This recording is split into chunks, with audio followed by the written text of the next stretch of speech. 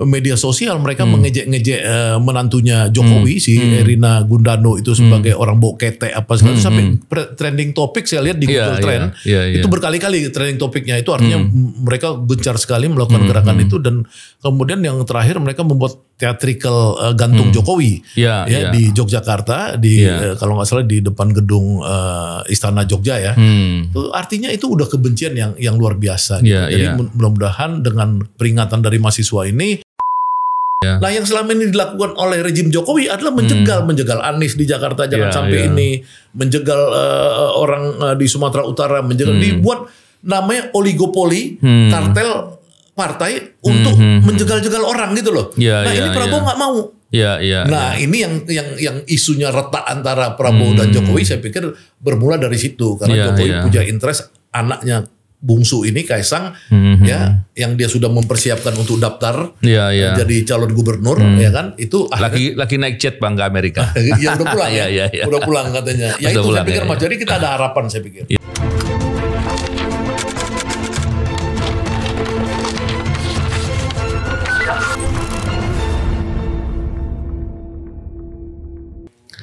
Bismillahirrahmanirrahim. Assalamualaikum warahmatullahi wabarakatuh. Salam integritas. Alhamdulillah kembali berbincang di podcast ini.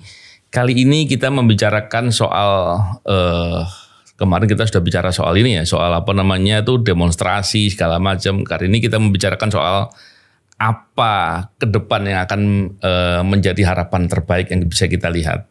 Dan membicarakan terkait dengan hal itu, kali ini bersama dengan kita adalah Bang Syahganda Nainggolan. Apa kabar Bang? Baik, Alhamdulillah. Assalamualaikum warahmatullahi wabarakatuh. Assalamualaikum warahmatullahi wabarakatuh. Terima kasih Bang Syahganda, akhirnya berkenan hadir kembali. Kemarin sempat janjian tapi belum ketemu waktu Bang ya. Bang, kalau lihat beberapa hari yang lalu kita kan sempat kaget dengan adanya RUU Pilkada, terus kemudian putusan sebelumnya ada putusan MK gitu ya. Dan kemudian ada aksi yang terjadi di mana-mana. Saya beberapa podcast terakhir membicarakan soal ini karena ini suatu hal yang luar biasa. Luar biasanya kenapa? Karena awareness publik terbangun. Itu suatu hal yang penting karena di tengah segala belakangan inilah paling tidak di tengah segala persoalan yang ada, orang banyak yang kemudian mulai antipati, terus kemudian nggak peduli dan lain-lain. Dan sekarang sudah semakin awareness ini terbangun dan ini bagus sekali. Terjadinya pun di penghujung pemerintahan Pak Jokowi. Tentunya ini semoga bisa menjadi hal yang positif buat pemerintahan berikutnya nih Pak Prabowo.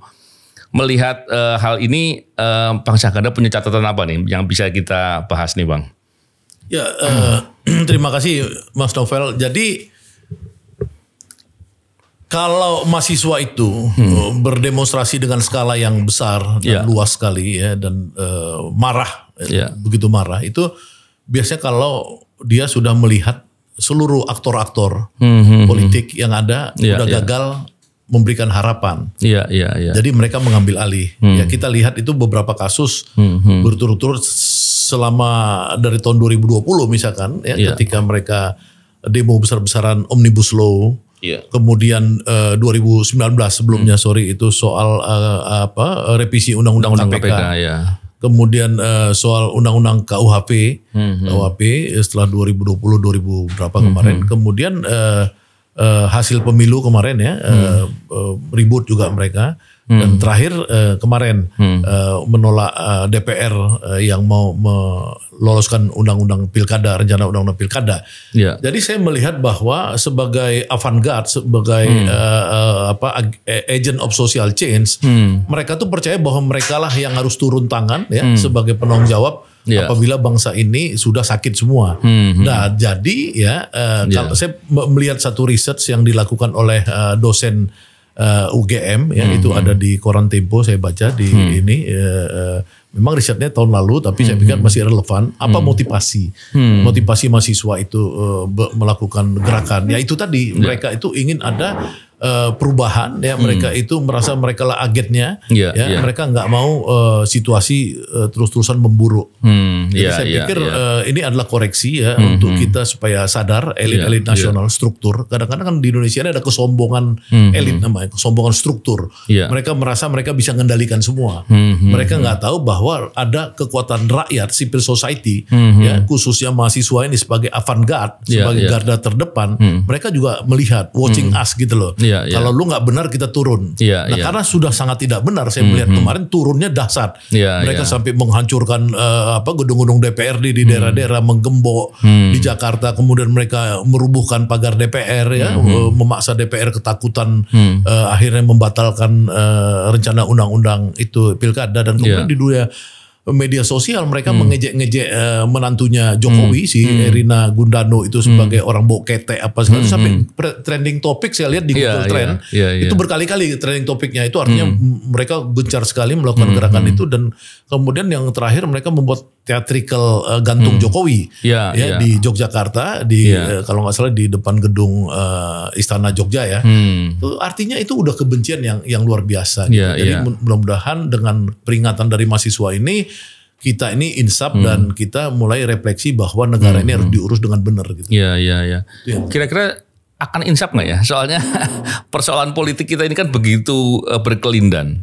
Kalau kita lihat belakangan ini bahkan ada beberapa perbincangan lah yang kita yakini bahwa ada partai-partai politik yang kemudian tersandera gitu.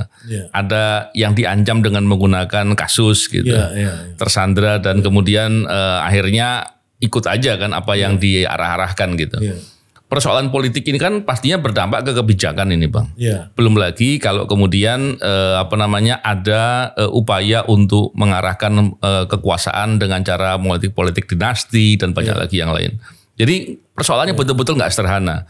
Dan di belakang itu tentunya kita pasti bisa menduga bahwa pastinya ada kelompok-kelompok oligark yang ingin mendapatkan keuntungan. Kan kurang lebih seperti itu Bang. Dan kembali lagi ujung-ujungnya pasti berhubungan dengan praktek-praktek korupsi. Kejadian sekarang ini menurut saya agak lumayan mengagetkan lah. Di tengah sebelumnya kalau kita lihat mahasiswa sudah mulai khawatir melakukan aksi karena mereka mudah dapat sanksi dari sekolah, dari universitasnya dan segala macam.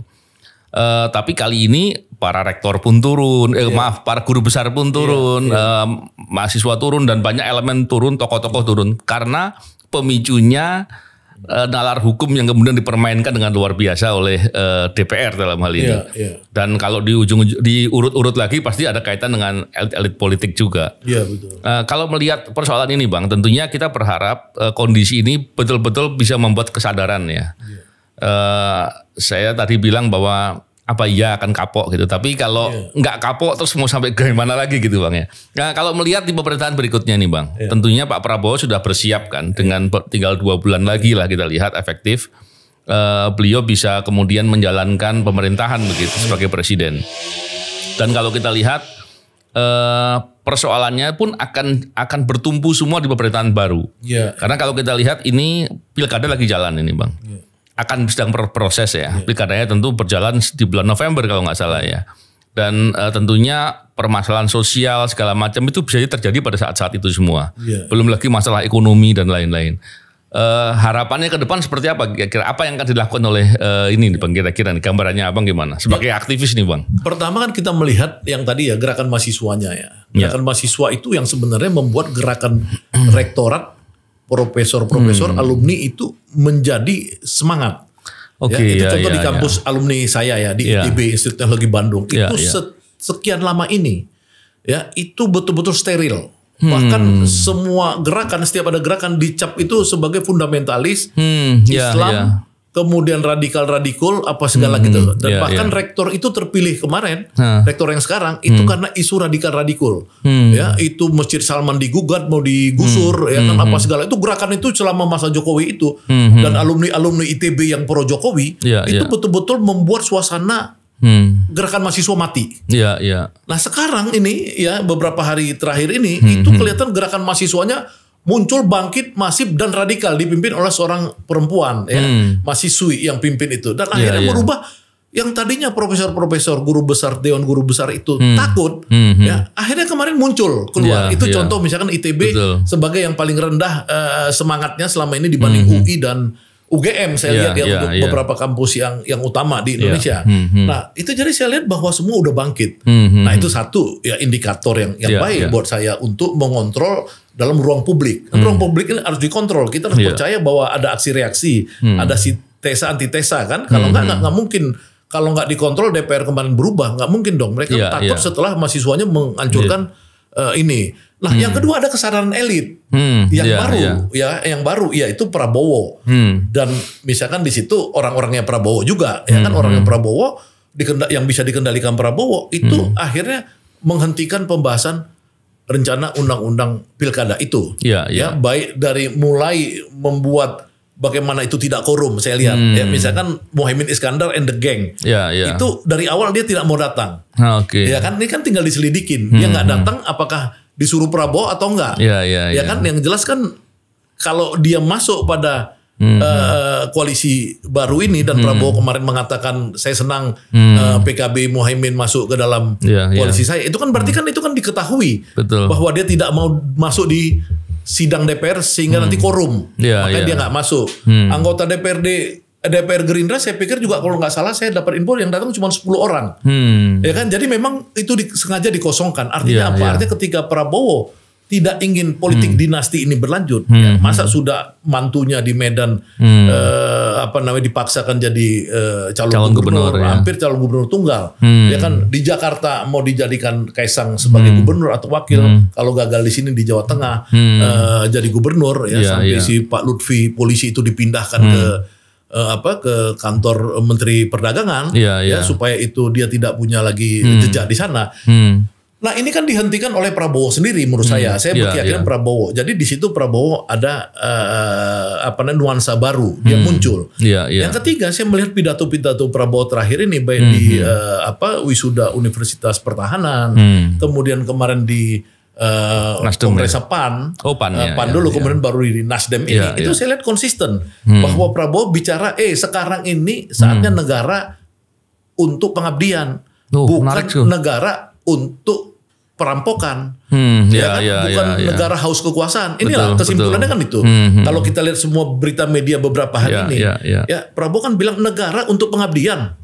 Dari negara pengabdian itu gimana kira-kira Bang? Kalau menurut dia negara itu, misalnya dia merujuk republiknya dari zaman Plato, Aristoteles, kemudian di Roma, tadi di Yunani, kemudian di Roma, bahwa itu orang-orang yang memang sudah mampu, itu harus datang kepada negara jadi pengabdi gitu loh, bukan cari makan di negara itu gitu loh. Jadi negara itu diurus oleh orang-orang yang mampu, yang punya kapasitas dan tidak mencari uang lagi di situ, tapi untuk ngabdi. Itu yang disebut Prabowo kemarin di Kongres Nasdem kemarin pidato dia, kan. Ada 8 poin yang saya buat pada tulisan saya hari ini, Prabowo Subianto, pidato Prabowo Subianto dan pemberontakan mahasiswa. Jadi saya kontraskan bahwa Prabowo itu sebenarnya menginginkan kita ini sebagai sebuah bangsa cepat saat ini sekarang bersatu membangun untuk rakyat, bersatu. Tidak ada lagi istilahnya pilpres jegal menjegal apa segala, nggak ada lagi. Nah yang selama ini dilakukan oleh rejim Jokowi adalah menjegal Anies di Jakarta jangan sampai ini, menjegal orang di Sumatera Utara, menjegal, dibuat namanya oligopoli, kartel partai untuk menjegal-jegal orang gitu loh. Ini Prabowo nggak mau. Ini yang isunya retak antara Prabowo dan Jokowi, saya pikir bermula dari situ karena Jokowi punya interest anaknya bungsu ini Kaisang, yang dia sudah mempersiapkan untuk daftar jadi calon gubernur, ya kan? Itu lagi naik jet Bang ke Amerika. Ya udah pulang, udah pulang katanya. Ya itu saya pikir Mas. Jadi kita ada harapan, saya pikir. Ada harapan. Nah, tantangannya apa? Tantangan tentu tadi karena 10 tahun ini kan oligarki yang berkuasa. Ya kan, koruptor-koruptor yang berkuasa. Ya. Kan kita lihat dari 10 tahun DPR aja misalkan, dari 10 tahun pansus cuma ada satu, pansus Haji. Itu pun di akhir-akhir ini. Ya kan, dulu nggak pernah bisa ada pansus. Dan undang-undang yang diciptakan kan undang-undang yang banyak meresahkan masyarakat. Omnibus Law, revisi KPK, kemudian KUHP yang tidak yang masih kolonial apa segala itu kan sekarang ada perubahan nih suasananya, nuansanya perubahan menurut saya. Menarik sekali Bang. Tadi saya baru terpikir ya, iya betul juga ya. Mestinya memang aparatur itu pengabdian ya. Tapi dengan adanya stressing dari pimpinan tertinggi, mestinya itu akan bisa diimplementasikan itu bagus sekali itu Bang. Karena yang terjadi ketika mengatur kekuasaan dengan cara tadi mengkondisikan agar daerah itu yang berkuasa kelompoknya ini saja dan seterusnya dengan cara membatasi orang-orang yang bisa menjadi kandidat atau menjadi calon kepala daerah, ini kan beresiko untuk penguasaan sumber daya tertentu itu, dan ujung-ujungnya praktek korupsi lagi jadinya, dan pastinya merugikan kepentingan masyarakat. Pada dasarnya kan pemerintahan kan dibuat untuk membantu agar tujuan negara ini bisa tercapai untuk kepentingan masyarakat. Tapi gini Mas, jadi misalnya zaman Soeharto, zaman Soeharto itu kan sebenarnya kita nggak mengenal demokrasi model begini. Iya kan. Oke. Tapi kan Soeharto sendiri kan menunjuk orang dulu untuk menjadi gubernur dan wali kota. Dan bahkan menteri-menterinya. Itu kan orang benar, orang kerja. Saya ini di penjara Mas, zaman Soeharto. Saya ngelawan dia soal kebebasan ya, soal demokrasi ya. Tapi yang lain-lainnya saya akuin mereka dia nunjuk orang bagus. Orang yang bagus-bagus yang ditunjuk. Yang korupsi itu di pusat. Di pusat memang ada korupsi Pertamina dulu, zaman Ibnu Sutowo, ada beberapa korupsi lain gitu ya. Tapi di daerah-daerah itu enggak. Orang tuh membangun gitu loh. Di zaman dulu ada lah pasti sedikit-sedikit. Kalau sekarang misalkan korupsi itu ratus triliun, itu kan udah nggak masuk akal. Ya kan misalkan ada korupsi emas, kasusnya ratus triliun, timah, kasus BTS, ratus triliun BTS, 10 triliun. Maksudnya ini kan memang udah gila gitu, bangsa kita bangsa gila. Bagaimana bangsa ini mau maju kalau budaya korupsinya itu membesar? Nggak mungkin kan. Budaya korupsi besar itu kan hanya ada itu namanya gerombolan, bukan republik, bukan negara. Gerombolan. Yang selama 10 tahun ini saya lihat gerombolan. Nah, jadi memang ini kita berharap ya, contoh misalkan gerombolan gini, misalkan kasus yang di Kejaksaan Agung kemarin, yang diinteli oleh aparat, ya kan sesama aparat ngintelin kemudian habis kayak mau perang di kantor Kejaksaan Agung, ada drone apa segala. Itu kan dulu kan kayak di zaman-zaman di Kolombia, Meksiko apa semua kan betul-betul yang kuasai permainan kan mafia. Ini kan mirip-mirip itu gitu loh Mas. Nggak boleh seperti itu, harusnya itu keterlaluan banget ya. Makanya maksud saya ini ya. Maksud saya kan nggak boleh dong itu yang maksudnya kita harus akhirin dong. Ya kan artinya tidak boleh juga presiden misalkan membiarkan ada konflik, misalkan konflik kelembagaan, dibiarin, nggak boleh dong. Harus panggil dua-duanya, ada apa? Ya kan nggak bisa. Dicegah bukan dibiarin kemudian baru ribut nanti setelah itu gitu loh. Bang, saya tadi tertarik sekali yang Abang bilang soal pengabdian tadi. Tentunya konsepnya mau seperti apapun, tapi stressing untuk pengabdian kepada negara ini suatu hal yang bagus sekali. Tapi tentunya butuh keteladanan kan. Terus yang kedua, pengabdian yang dilakukan tanpa dibarengi dengan pilihan untuk memprioritaskan upaya pemberantasan korupsi yang dilakukan secara konsisten, ini juga tentunya akan sulit juga gitu. Karena orang yang melakukan pengabdian bisa jadi kemudian di tengah-tengah lingkungannya dia lihat praktek korupsi terjadi dan tidak terlalu dipersoalkan gitu. Jadi tentunya akan membuat orang putus asa atau kemudian udah deh saya nggak mau lagi gitu. Itu mungkin hal-hal menjadi tantangan. Ditambah lagi dengan indeks persepsi korupsi kita yang turun terus nih. Kali ini udah 34 dan saya yakin ini turun lagi nih. Mungkin di awal pemerintahan Pak Prabowo pun bisa jadi di bawah 34. KPK-nya seperti sekarang. Kita ngomongin KPK yang dulu sebagai lembaga yang memberantas korupsi, sekarang praktek korupsinya ada di KPK gitu. Jadi tantangannya cukup besar dan tentunya itu harus dilakukan dengan mendorong agar kebijakan untuk memberantas korupsi betul-betul dilakukan. Baik itu pencegahan maupun penindakan yang dilakukan dengan level apapun. Karena kita nggak mungkin juga membersihkan semuanya sekaligus. Saya kira juga nggak mungkin juga secara tataran sosial problematikanya juga terlalu rumit ya.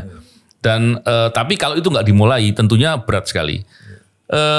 Kira-kira nih Bang, Pak Prabowo akan mendukung nggak sih upaya untuk melakukan pemberantasan korupsi yang dilakukan yang selama ini paling nggak 5 tahun terakhir ini justru terjun bebas saya melihat ya. Jadi saya pertama gini. Prabowo kan udah merujuk pada Yunani dan Roma. Ya kan kita umat Islam terbesar di Indonesia ini kan juga merujuk pada ajaran Nabi, ajaran sahabat-sahabat Nabi ketika berkuasa. Betul.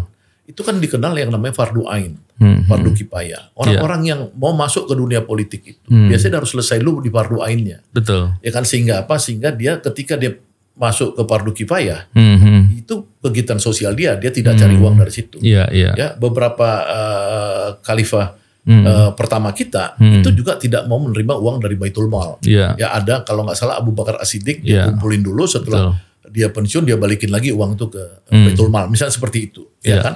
Ini kan memang sebuah konsep pengabdian itu. Jadi kita tuh tidak boleh datang untuk merampok di situ, datang untuk memanfaatkan. Itu satu konsep dulu, konsep self sensor, mawas diri kan gitu kan. Itu. Yang kedua memang institusi pemberantasan korupsi itu harus keras. Harus tegas, harus kuat. Orangnya juga harus jangan korupsi, jangan koruptor. Kalau sekarang rutannya aja bisa jadi sarang pungli kan. Ketua KPK-nya malah Bang. Ketua KPK yang kemarin kan itu kan udah kacau balau kan gitu ya kan. Artinya udah dari ketua KPK sampai ke orang-orang pekerja rutannya kan gitu. Itu kan udah gawat gitu kan. Nah, memang ini yang harus dibenahi oleh pemerintahan baru. Jadi Prabowo ini harus di situ karena kata kunci pertama bangsa ini mau maju menurut saya itu pemberantasan korupsi dulu. Ini yang udah menurut saya udah garis merah, udah red ini. Udah nggak bisa ditawar lagi.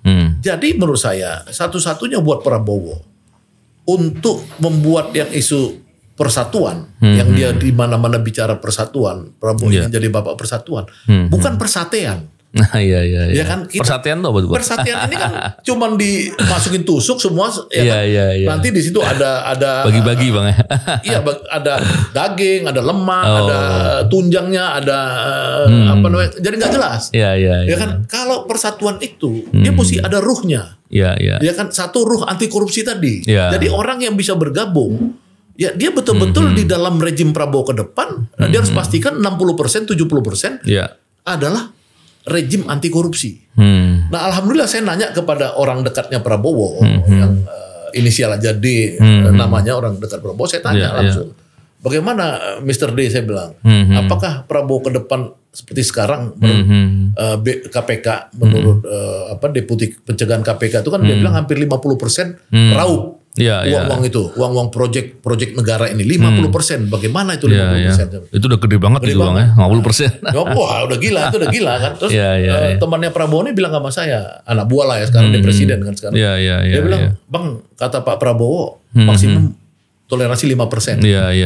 Nah, alhamdulillah kan gitu. Kalau bisa dari 50 ke 5% itu pasti Indonesia akan cepat itu majunya itu. Cepat majunya. Jadi memang saya sepakat dengan Mas Novel, memang itu kata kunci kita itu rejim Prabowo kalau benar itu mesti rejim anti korupsi. Tidak boleh ada satupun menterinya yang punya catatan merah, tapi bukan catatan merah asal-asalan, maksudnya dipakai untuk menjatuhkan lawan politik.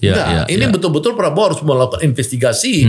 Ya memang kalau memang ini udah betul-betul koruptor ya, kalau koruptor ya jangan dia bisa masuk dalam kabinet Prabowo itu maksud saya. Gitu. Memang yang Abang bilang tadi 5% mungkin dari pendekatan penghitungan akuntansi itu Bang. Kalau saya pun yakin lah Pak Prabowo mestinya tidak akan mentolilir ya soal hal yang begitu-begitu. Kalau pendekatan akuntansi, hitungan potensi terjadinya loss itu bisa jadi mungkin dengan 5% itu udah bagus sekali, itu udah hebat. Oh iya kalau 5%. Tentunya dari pendekatan akuntansi bukan dalam konteks itu, tapi saya ingin meluruskan biar sampai pendengar jangan sampai salah persepsi. Oh iya bukan. Ini kan saya ini kan pernah menjadi komisaris di komite ini kan komite GCG ya. Good Governance. Jadi kita ngerti maksud saya tadi itu artinya itu ruang ini supaya orang jangan cepat kita salahin gitu loh maksudnya kan. Artinya yang tadi kesalahan-kesalahan manajemen kan karena banyak sekali dalam program proyek ini kerumitan-kerumitan teknikal membuat itu kadang-kadang tiba-tiba angka bisa digeser menjadi lebih besar atau lebih kecil gitu. Oke. Dan itu bagus sekali Bang, dan tentunya kita berharap persoalan masalah korupsi ini betul-betul mulai dikerjakan karena mengerjakan itu kan nggak bisa sekaligus tuh Bang. Pasti butuh proses. Ketika memulai tentunya kita melihat ini harapan itu semakin kuat. Betul. Tapi selain itu Bang, banyak sekali kejahatan-kejahatan yang terkait dengan masyarakat di level bawah dan ini masif. Saya kasih contoh begini Bang. Judi online. Judi online itu masif dan itu kejahatan Bang. Dan yang mendapatkan keuntungan mungkin pihak-pihak tertentu saja. Terus masalah pinjol ini saya tadi baca juga di media sosial ternyata banyak sekali yang kemudian menjadikan dampak. Belum lagi kalau kita bicara terkait dengan penipuan online, jangan-jangan mereka terkait ini dan lagi-lagi narkoba. Ini kejahatan-kejahatan selain dari praktek korupsi, kejahatan ini kejahatan yang serius semua. Jadi kalau kita melihat dari masalah itu, tentunya 4 hal tadi yang saya katakan itu dampak sosialnya juga luar biasa. Berapa banyak orang kemudian gara-gara masalah 4 hal tadi kejahatan tadi, kemudian keluarganya rusak dan banyak lagi persoalan. Dan akhirnya menimbulkan persoalan sosial yang nggak mudah itu. Jadi memperbaiki itu PR besar juga saya lihat. Belum lagi masalah industri ini Bang.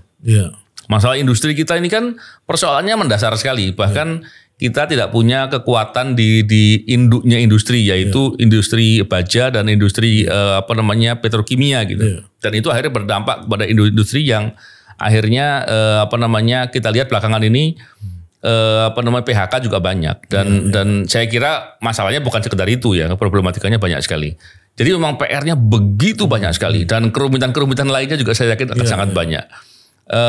Tentunya yang disampaikan tadi saya yakin mungkin Bang Syahganda juga sudah diskusi dengan banyak pihak ya.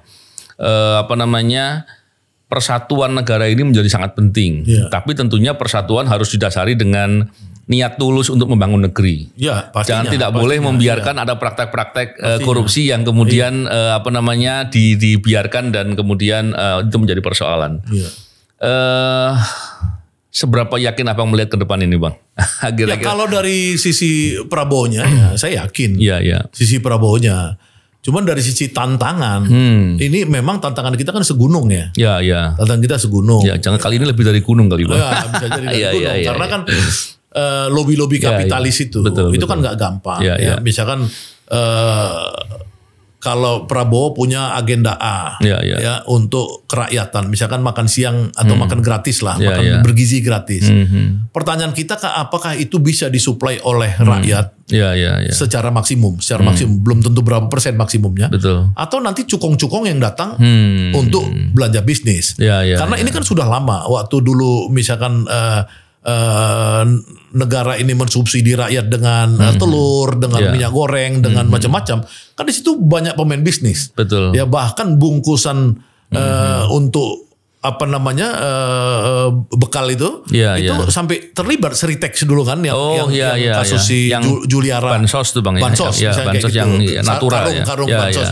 Kayak gitu-gitu kan dibisnisin jadinya. Nah apakah ini ya bisnis is okay bisnis ya. Tapi apakah ini memang diutamakan memang untuk sungguh-sungguh ya kepentingan rakyatnya memunculkan usaha di tingkat rakyat atau sebenarnya kalah dengan lobby kapitalis oligarki. Ini kan sama-sama manis. Betul. Ya enggak, Prabowo boleh bilang dia tegar, tapi seberapa tegar kalau memang lingkungan dia lingkungan korup. Nah, ini harus pertama membersihkan lingkungan dia. Jangan sampai lingkungan dia itu adalah lingkungan yang langsung hijau matanya lihat duit gitu kan.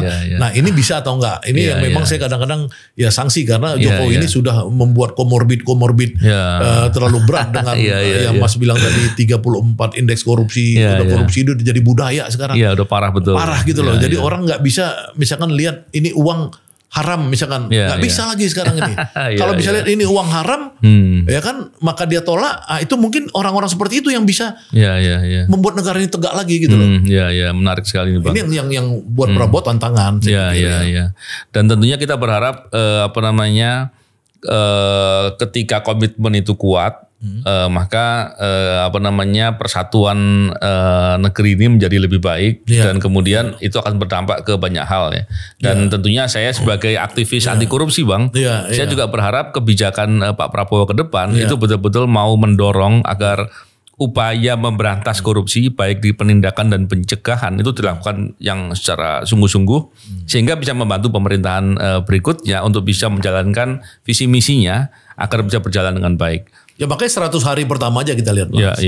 Pertama kita lihat yang kasat mata sekarang soal PSN.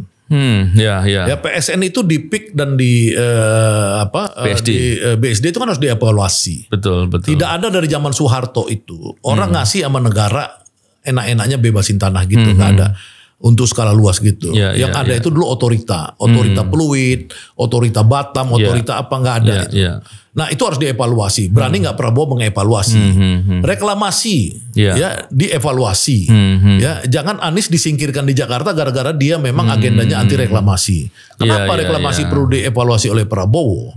Karena reklamasi ini meninggalkan rakyat, ya nelayan-nelayan. Kalau Mas datang ke Volendam di Belanda misalkan, itu reklamasi tapi yang berkuasa tetap nelayan. Kalau kita reklamasi selalu yang berkuasa akhirnya orang-orang kaya yang beli tanah per meter 30 juta. Rakyat miskinnya hilang. Ya, itu kan harusnya reklamasi itu dikuasai negara, diatur negara supaya tanah-tanah hasil reklamasi itu ya itu menguntungkan buat rakyat. Betul. Jangan sampai tanah-tanah reklamasi itu dikuasai orang-orang yang nanti bisa juga untuk importir narkoba, importir senjata, importir negara membiarkan gitu loh. Ini bahaya. Itu bisa nggak dia? Yang kedua, dia harus mengevaluasi ya rejim Jokowi selama ini kenapa bisa utang sampai 20.000 triliun ya menurut versinya seorang anggota DPR. Ya, kemudian tapi rakyatnya tetap miskin. Nah, itu kan perlu dievaluasi.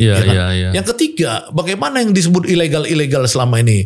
Bisa ada tanah 3,2 juta hektar sawit ilegal, ini ilegal. Kawasan hutan pula itu. Kawasan hutan pula. Nah ini semua dievaluasi. Ya kalau Prabowo 100 harinya itu ya termasuk yang urusan saya dengan teman saya yang di penjara selama ini ya kita ada sekarang 1000-an orang udah kita data yang di penjara di era Jokowi ya selama 10 tahun dari Makar 1, Makar 2 kemudian kasus saya kami ya undang-undang Omnibus Law apa segala itu apakah bisa direhabilitasi atau enggak dalam 100 hari pemerintahan Prabowo misalkan.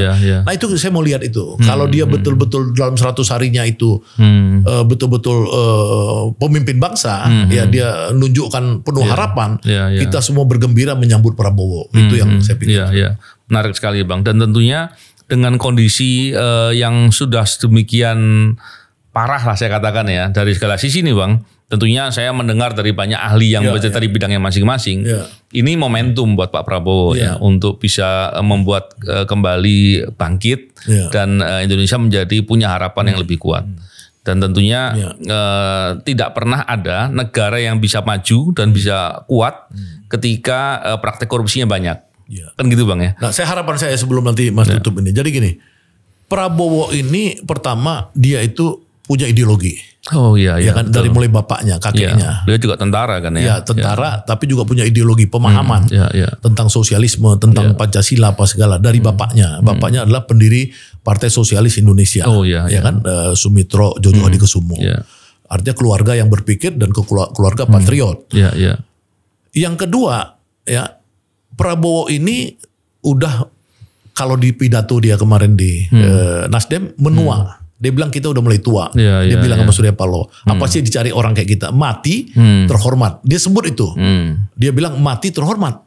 Itu buat saya luar biasa gitu ya. Mati terhormat. Saya mau cari nama dia bilang. Saya mau mati, mau cari nama. Gajah mati meninggalkan gading, harimau mati meninggalkan belang. Prabowo mati meninggalkan nama.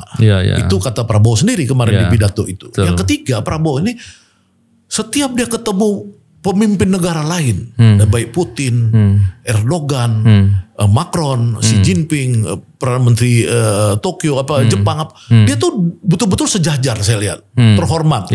Sampai Erdogan tuh ngantar ke mobil, nggak mau ngantar di pintu istana.